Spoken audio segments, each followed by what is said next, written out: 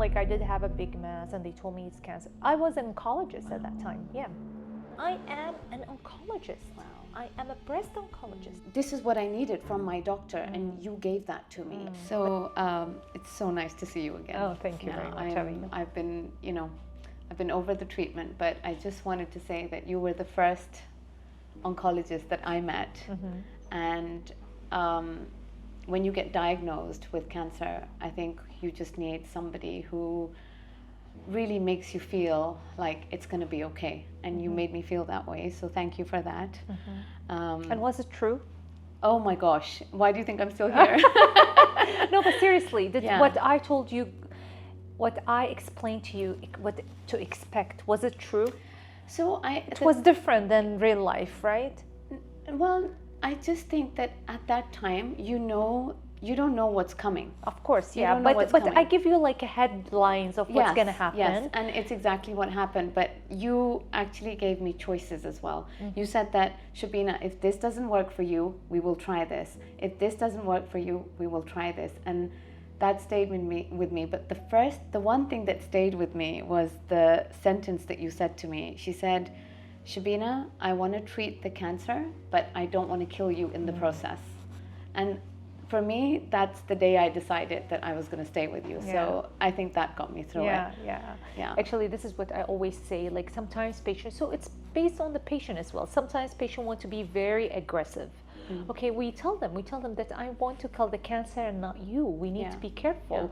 Every medication has side effects. Every decision doesn't come for free. Everything with like a cost. So it is not easy to explain that to the patient. They have to be at such a high level of education to understand what we mean, because they think if I give you like 20 chemotherapy cycles, I will kill the cancer. It will never come back, right? It's not the case. We tell them, if I give you every single chemo I have on the shelf, okay? At the end of the day, I know this is more spiritual talk. At the end of the day, it's all in God's hand, okay? Whether it's coming back or not, and you can decide not to do anything. I'm not saying you don't do anything and just pray, but people are different. We have people that do everything and the cancer come back, and people that do nothing and we have stage 4 that lives forever, and we have stage 1 that dies of pulmonary embolism, something unrelated, So it is very, it's very difficult to convince the patient. At the same time, I mean, I completely get that. I honestly felt very blessed, even though I went through, as you know, the double mastectomy. I went through the chemo. And remind me, why did we do double? It's your choice? Because I had a grade 3 tumor on one side, and then I had, what is it called? LCIS? DCIS on the other side. Yeah, I don't remember what happened. Yeah. So when and your genetics were negative. My genetics were negative. Okay. So talking about that now, that I mean, I lived and I think everybody that I've spoken to, and every woman who has probably had cancer, would probably ask this question, especially if they've lived a healthy lifestyle. So my genetics were negative. I worked out since I was 19. I did strength training. I ate well. If you ask my friends, they say you ate well. The first question that comes to a person's mind is, why me? How me? How come me? Now, you know a lot of my history. You knew what I went through with my mom. Do you think there's a correlation? So the thing is, none of the study did prove, and I told you this, right? None of the study did prove that any depression or anxiety or anything was going on with your life has any relation to cancer. Like you can get somebody that's very depressed and never had cancer in their life.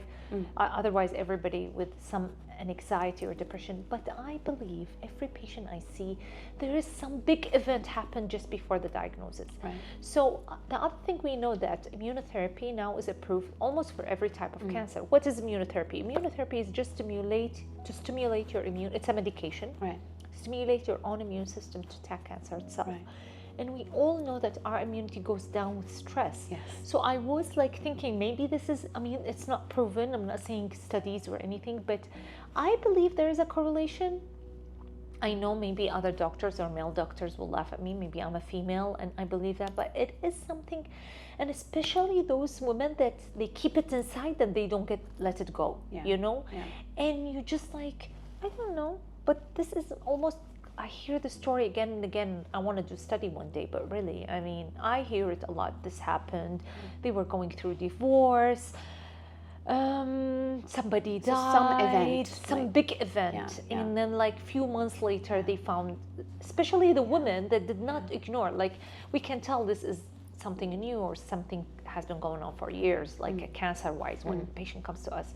So I can tell this correlated at the time event, but I don't know if it's related. So I have a question, and this is something that I've been pondering. The first time I found a lump in my breast was in 2018. And I had a biopsy. I was in the UK, I was on my own. I had a biopsy. They said it was benign. It's benign, they don't change to malignant. Right. Please. Don't change to malignant. No, they don't. Okay. They don't. Then I had another one, 2021. It was the same lump. Okay. I had nothing else. Okay. It was benign again. Okay. Okay. My question is that why would I get that lump in the first place? I've never been able to understand that, because it is a bunch of cells again, isn't it? Okay, so let me tell you this. So growing, I mean, don't you get skin tags? Yeah, okay. And like a lump here, lump there, even like our body. I mean, if you go do colonoscopy, they will take few adenomas and stuff. It is growing. You're in growing process all the time. So normally the breast is not supposed to grow unless you're a teenager or you are breastfeeding. This is where they're growing, but sometimes hormones, stuff like that can stimulate growth and can make 75% it's benign.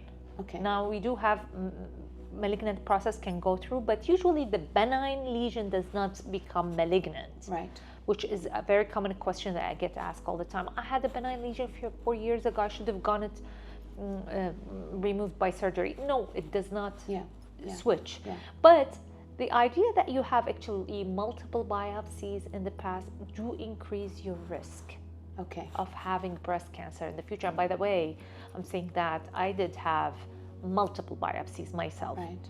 And the idea of the biopsy can spread cancer, this is not true. I've had 24 biopsies in my lifetime. Wow. Yes. Okay. So just to let you know, so that's I was crying on 6. Okay. Oh really? Okay. Okay, but seriously, I mean, it is a very common process for every woman. They can go through lifetime with biopsies, and it should not be something scary that the patient comes in and they are dying. My question is that as soon as something kind of starts happening, why?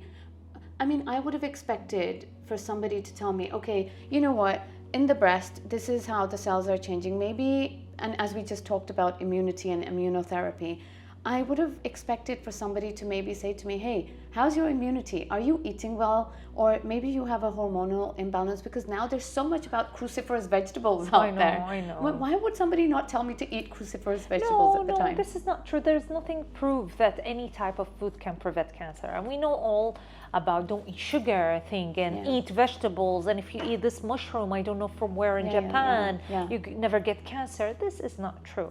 But then on Instagram, you hear so many stories. That's why we're here, right? Right. Okay. Right? So that's why we're doing this, right? Honestly, to educate people, and that's fine. You can eat the fruits, and the mushroom, and the vegetable. I've had a video about this. As soon as you're eating like normal amount of that. I had a patient one time. I want to mention this. I had a patient one time that come to me for chemotherapy, and every time he come, his phosphorus level is very low, which is very uncommon to have people with low phosphorus level unless they are in ICU. Right.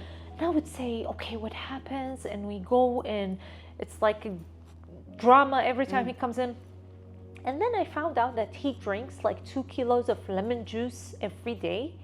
He squeezes it, and once he stopped that, his phosphorus, I don't know the process of getting phosphorus low by drinking lemon juice, but really doing something unusual. I say if you are eating spice or whatever they think is good, if honey, if anything, if it's a normal eatable amount, I don't think this is harming you. But if you're doing it like 1 kilo of mushroom or something unusual, this is what hurts. But I don't mind when they tell me, I mean, sometimes these things that are alive, like vegetables and fruit, they can eat whatever they want in normal amount. Right. But things that capsules and stuff, I don't know what they are in it, so I really cannot recommend it. Right. Yeah, right. Like capsules of mushroom and stuff. Okay.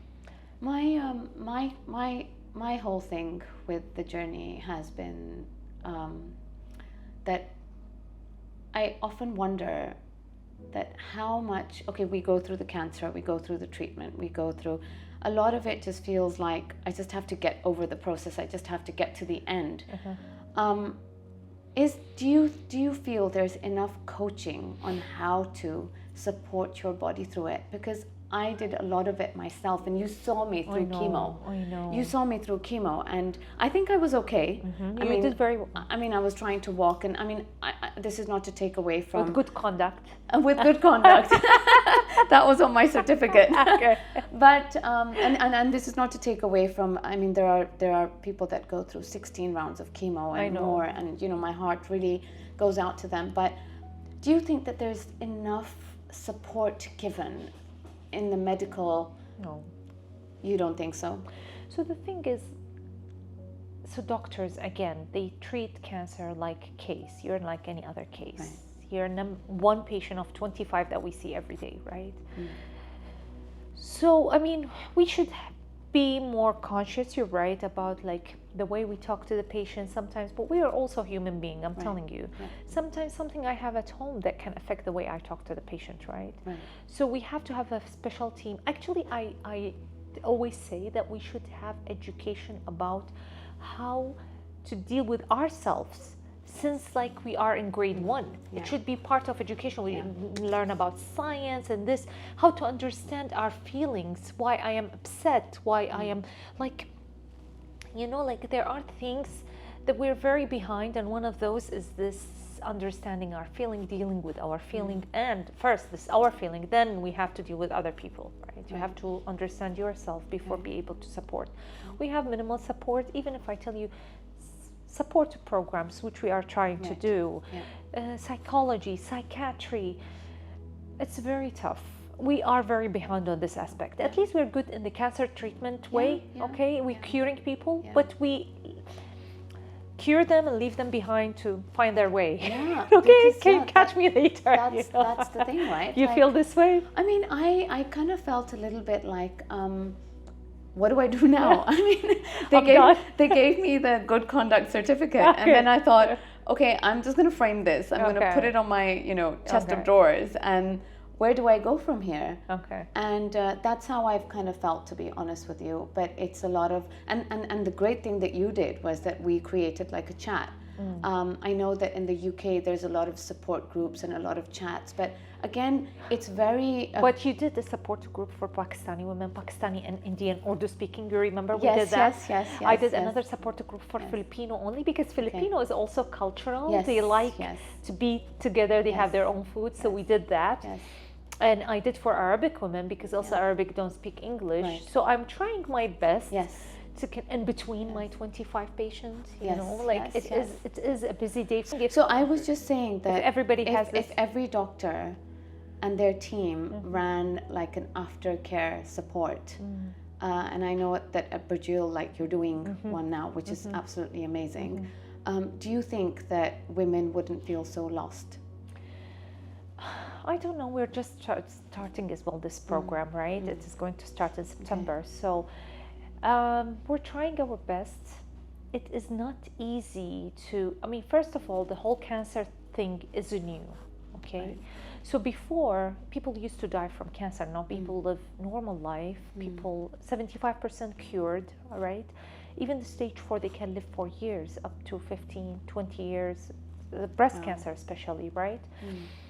So the idea of just like focusing, you get lost where to focus on getting the new medication and everything versus supporting the patient psychologically. So it's always more toward the new machine, the new medication, we get approval, we, you know, rather than psychology. Psychology is not very well understood in our culture. Psychological aspect, you know. Because it's not just the patient, like cancer, I feel it feeds into the whole family system, right? That's very true. And I mean, I had a little, my daughter, you know, and sometimes she'll wake up and she'll be like, "Amma, I'm scared. It's gonna come back." But you know, it's like you can only. It's funny though. I'm going through the cancer. I need all the support, but at the same time, I need to support my children, and I can't do that unless I'm very sort of feeling well supported. Do you know what I mean? So I think something like that is where women can kind of feel like, you know, I wish I was more supported and stronger about it. I think this has to go from, like I said, younger age. Yeah. Should more psychology courses Yeah. throughout our education, right? And I think feed it into schools. Exactly, Feed it that's into what I'm kids. saying. Like science and everything, like psychology. You should, even like kids, raising up kids, you know, this is specific psychology we know nothing about. I think when they teach like mitosis in school at Exactly. GCSE, they need to talk about more like cancers and no, you know, but more seriously, diseases. like what I tell, like you're 25 and they 22 maybe, and they give you this baby, say, hey, raise up this baby, and this is the baby you are, and this is the baby I am. My mom and your mom knows nothing about psychology, and you know, like, you know what I'm saying? It's not. So they should be more. We should be more educated about how to raise up kids first, because we need to be strong. I mean, it's a very long thing. I know what you are saying regarding cancer patients specifically, but we are short on everything, not only for cancer patients. So my next bit is medication. I want to talk about medication. My personal experience, I felt, and the way I am, I felt like the active treatment of cancer was easier for me than the current medication. No, this is not the case. Let me tell you what happens with the patient. So the patient, you come in today, and I tell you, you have cancer and you may die of cancer. That's what you get from me. Forget about everything I say. What you remember, right? Right. And that you have cancer and you can die of this if you don't do chemo. Right. That's what you go out from our clinic message with. Yes. So you are in mindset with full power. You want to save your life. Okay. It's like I tell them, like a lion running behind you. So you don't have time to think. You're just like running. Fight or flight. Exactly, fight or flight mode, and then you're good. The chemo is not that bad, and everything. And you know, those are the patients that I expect a meltdown after we finish the chemo. Right. So the patient that give me more hard time during the chemo, seriously, I know my better patient. afterwards. Yes, because it is kind of, there is emotion. Yeah. You have to release it, whether you release it before or after or throughout. You have to release these emotions. You have to go through the normal process of an anxiety and sometimes depression, all of that. So patient heart stays very strong and very logic and very okay with it. This is not a good sign as well. Okay? So it doesn't work this way, you know. So once the line is gone, and you are now like, you don't know, nobody is running behind you. Right. Now you sit down, you're depressed, and you have joint pain, and you have neuropathy that you never told your doctor about Before, right? Yeah. And you have all these problems. The patient comes to me melting down, like it's the first time I'm telling them their diagnosis. Right. Yeah, it's we're back to square number one. Okay. So I've seen this hundreds of times. So you're saying it could be psychological? It is psychological. No, but I genuinely feel pain. We do have side effects. Okay. You do have side effects. Yeah. But the way you deal with side effects, right? Yeah. So don't tell me that chemotherapy was easier than this. There's no way. Yeah. Right? I mean, I guess chemo is temporary. This is temporary too. You think so? Yeah. Okay. I guess, And by the way, there is a short time where you get all the side effects and you get used to it. Right. It's the first month or two, Right. and then you get used to it, or we can switch medication. I always So tell switching medication is an option, 100%, and we should ask our doctor about it. Or Okay. the doctor should offer The you doctor as well. should also if you offer. have multiple side effects, and because someone like me, if you tell me the side effect is joint pain, I might just live with the joint pains like for the rest of my life, thinking it's normal. And you know, mild joint pain that you we wake up with joint pain and it goes away after 5 minutes. That is fine. Oh, okay. That's what I tell them. But really, affecting your quality of life is never fine. So mild side effect, anything mild, you're not going to be free for no cost. I'm sure you're going to have some side effect, but really like severe side effect is there's grades for side effect: grade 1, grade 2, grade 3, and actually grade 1 is fine, which is very minimal. From 1 to 10, maybe 2. Grade 2 is when you have it more interfering with your life, but grade 3 is disabling. You can have bad. So once you're grade 2, you have to either lower the dose, you have to do something about it. Right. So and that's again the doctor treating you. Yeah. That's the problem. Yeah. Sometimes doctors don't listen. Yeah, they don't. Yeah, sometimes. Yeah. They don't listen. Like, Yeah. did you tell your doctor that? Yes, I told him. What did he say? Yeah. So you told him I have pain and you walked out from a clinic having pain without pain medication right. or without doing x-ray, without saying, because I have this complaint, like I've told my doctor many times, I think they don't listen because there's no way you listen and you don't do anything about it, right? Right. So, I mean, okay, so dealing with medication, I think as a patient, I think there needs to be more sort of empathy there as well. What do you think is the future of, now they've put me on a ribociclib, which I think I took it for 18 days and it floored me. So the reason why I am saying that I found chemo easier was because I guess that was systemic and it was every single day. Did you take the letrozole before? I took the letrozole. How many days before? I was on letrozole for about a month. Okay, and you had no side effect? Not in that month. Okay. Yeah. In that month you were fine? I was okay. And then when you added the ribociclib, I was just completely floored. Like I was fatigued massively. I think I was on not the lowest dose, but a lower dose. I wasn't on the 600, but the 400. So it is the 400? It was the 400. No, this is the 400 is the standard dose. Okay. 600 is not a dose for you. Okay. It's in the adjuvant setting, so it is the 400. Yeah. Now, the thing is, even Kisqali, they can have a period of fatigue and they resolve. You get used to it. But my question is... So we can try it, and then we can lower the dose. We can switch the medication. There are so many options, you know. But so my question is that so many years ago, Kisqali wasn't a thing. Like women would just go home with hormone therapy. Correct. Right? And they would live many years. And now this is, okay. Right. I just had a patient, saw a patient in the morning. I told her, okay, so you have 6 positive lymph node, chemotherapy is to go, you have to get chemotherapy, even you're old. This is what we know. Okay. Now, in the past, we used to have just letrozole, like you said.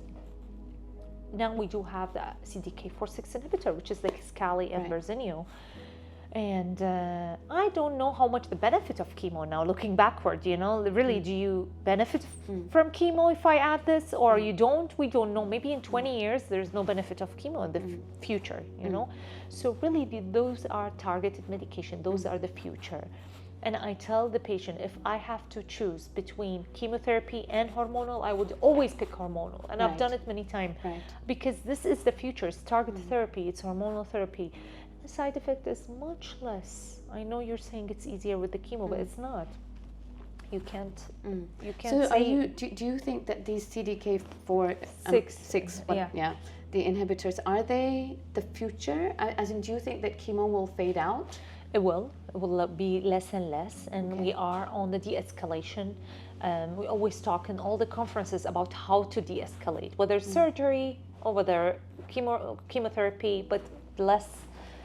Whether even the amount of chemotherapy cycles. So before we used to have only like the long course chemotherapy. Now we have shorter and shorter and shorter courses. Because we have a newer targeted therapy. So we are going. So the chemotherapy is the oldest thing. Blind. It kills everything. It is. I mean, it is the oldest. When we have no other options, we use it. Yes. One question I want to ask: what is a cancer stem cell? Cancer stem cells. Yeah. You mean stem cell therapy?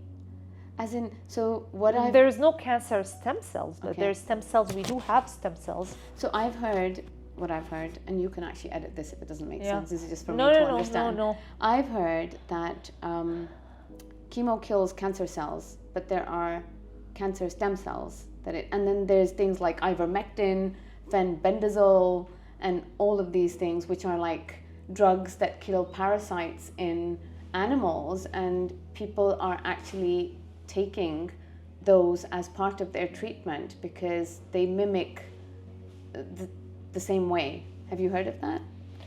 So if they kill cancer, so there is no cancer stem cells. I'm not sure if there's such a thing. I need to Google that and see. But we all do have stem cells. Okay. And sometimes for some types of cancer, we do have like stem cell transplantation. Okay. where we kill every cell you have. We wipe you off all the cells. Wow.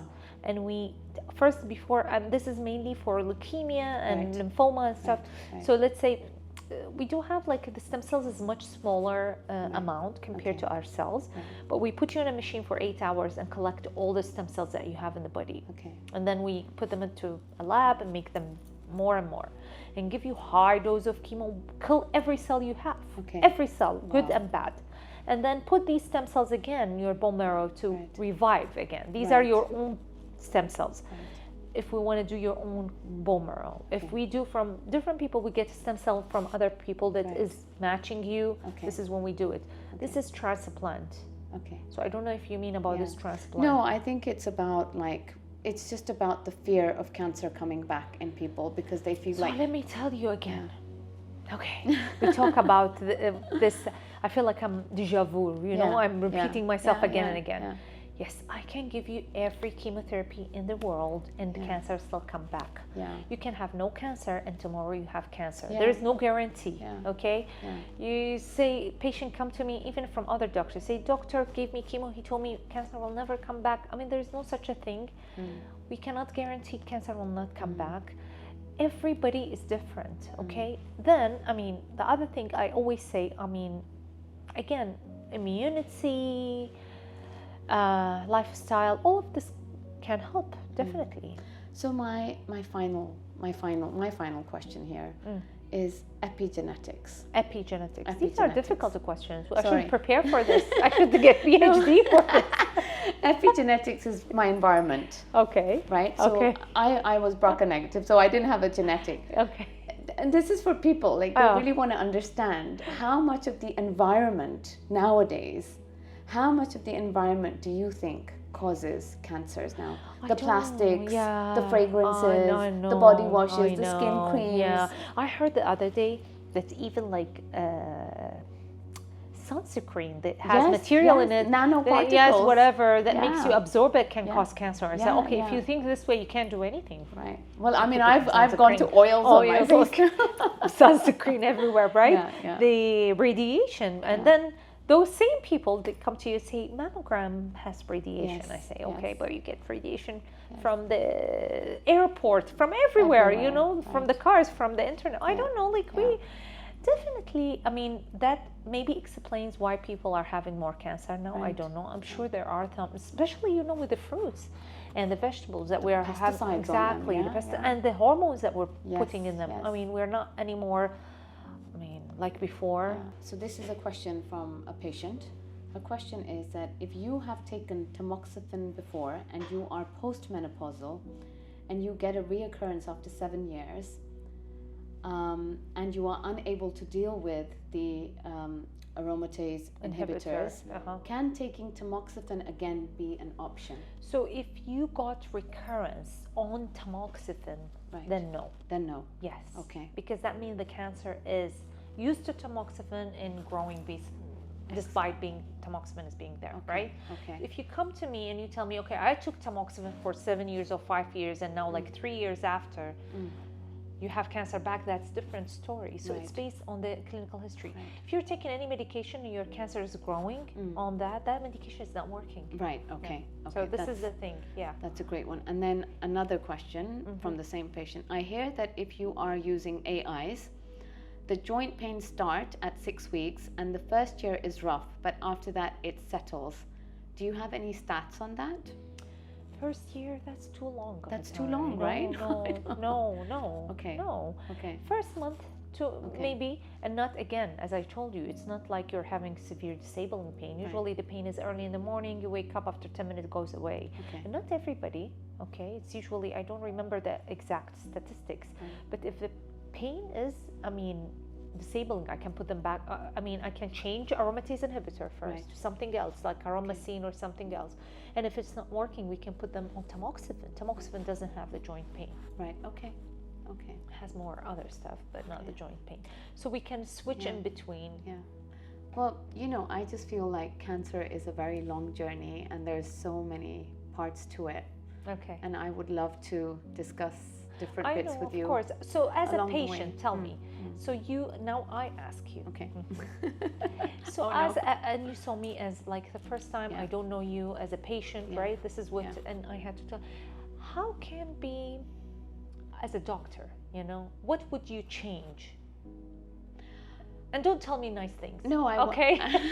I mean, I would say that I was very blessed. I was Okay. very lucky. Okay. But of course, I did before I met my surgeon. Okay. I had met another surgeon, and wow, because I was so vulnerable at the time, Which every patient which is. every patient is, and I don't just speak for myself. I speak for all of those women, because the second you're told you have cancer, your world falls apart, know. and you just think, oh gosh, okay, what do I do? And at that time you go blank. And I told my husband, I told Omar, I said, I am unable to make any decisions right now. You make the call for me. And I remember that the first doctor that I went to, it was like, you will only do it this way. So I wish that doctors would give options. They would give options. It's like you go into a clothing shop and you're having a bloated day and you're like, okay, I like this, but I'm also going to try this. So I as doctors, I just wish that they would just speak with a little bit more empathy and be a little bit like, this is not the only way, this is your other option too. Yeah, and just allow for that space where you can ask all sorts of questions, whether they make sense, whether they don't make sense.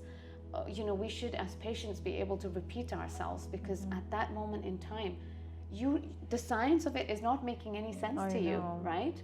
The science is, you just want constant consolation. And that, as doctors, I was lucky. I got that from you. I got that from the surgeon that I eventually went with. But I think that's something that they really need to give to you. Yeah. So definitely, let me tell you this. Did I tell you that I had like many biopsies in the past? And did I tell you my story before? No, I don't okay. know No, you don't know. Okay. So like one time, like I did have a big mass and they told me it's cancer. I was an oncologist at that time. Yeah. I went through the same exact thing what you're saying. Like the surgeon, and I don't know if she will watch me one day. She's like in USA. And she's like Iranian origin. Say, Dima, I work with you every day. You tell me what you want to do. And I say, I'm a patient. I can't, whatever you want to do. Yes. I don't know what to do. Yeah. Like, I am like anybody else. I'm like you. When you sit in that chair, it is different. Even if you're a physician, and I am an oncologist. Wow. I am a breast oncologist on top of that. So it is a different thing when you are a patient, completely different. There is nothing like being in that chair. It's the worst chair. But going back, but that chair changes a lot in you. Oh my gosh. Changes your life. Exactly. Yeah, it changes your existence. Exactly. So that chair gives you a different perspective of life, different meaning of happiness, different. Like every day you wake up and you say, thank you, God. The gratitude. The gratitude. You brush your hair every day. You say, thanks, God, I have my hair on, which you never felt is something before, right? Like. That's the other thing, by the way, I need to thank you for. I need to thank you for the convincing me to do the cold cap. Oh, really? Because yes, I mean, though I lost my hair, I don't think I lost all my follicles. They just came back very quickly. Okay, good. So I think one of the hardest things as a patient is you're losing so much. You're losing you're losing your health and everything. But when you lose your physical appearance, I know. Oh my gosh, that is a completely different feeling. Yes, and as you said, that's when it actually gets real. That's when it gets real. And then that's when your personality actually starts to shape, because every morning you wake up and you look at yourself in that mirror and you have to become used to a new you. And every morning I would look in the mirror and I would say, it's okay, God gave it to me. God has just taken it away for a little while. It will come back. But the patience that you learn, you never had that patience before. I mean, sometimes I dream of like my hair back, but alhamdulillah, I say alhamdulillah, it's coming. I just have to be patient. So part of the journey is maybe to just become patient and just breathe and pause and I know it sounds easier, but it is actually one of the hardest bits. And then your eyelashes go, and then your eyebrows go. So you just think, wow, you know, but then it starts coming back. So I think you convinced me to do the cold cap. And I remember you didn't start my first chemo. Yeah, You said I know. no. And this is not the case with every patient, let me tell you. If the lady is older age and the pain of doing chemo is not, it doesn't worth it for older people, but for young patients, Yes, okay, yes. I don't want you to lose your hair because next cycle you will be bald. Yeah. Okay, but with cold cap you could not use your hair. First of all, I mean, we are hoping that you don't lose any. Yeah. And we do have many patients. I can bring some of them that kept their hair. I mean, they lost some, but not the whole thing. Okay, and the other thing, patient when they come to me, you know what they say? I don't want both breasts. I want surgery for both breasts. You can't listen to them, you know, and they are in this emotional fight or like this is where you want to take anything out. You can I say, what about your pancreas? Could be in the pancreas. I joke with them, you know. You can't remove every part of you just because you think it's the safest way, you know. And you know, I had one patient ask me a very silly question. I mean, not silly, but you know, she says, what if it comes back at the follicles? I say, wow, how did you think of that? Wow. So follicles meaning like the hair, in the hair? Like, because you know the idea of not losing your hair is it's like because the blood stops going there. Correct. Yeah, so what the if chemo doesn't go there? Sorry. Yes. So what if comes the back cancer comes back and, oh wow, yeah. I said, I read that's that somewhere. Yeah, but I ignored it. I was like, I don't want to know. No, but this is not true. It Yeah, doesn't happen this way, you know. So, but you know, this is. So this is what I'm saying. Going back to your question, this is what I needed from my doctor, and you gave that to me. But does every doctor take the time and say, listen, I'm not doing this for you because you come back again, I will give you the time again, but I want you to do the cold cap. So what I got from you, I hope that a lot of doctors give that to their patients. That's my answer to your question. You're gonna make me cry now. Oh.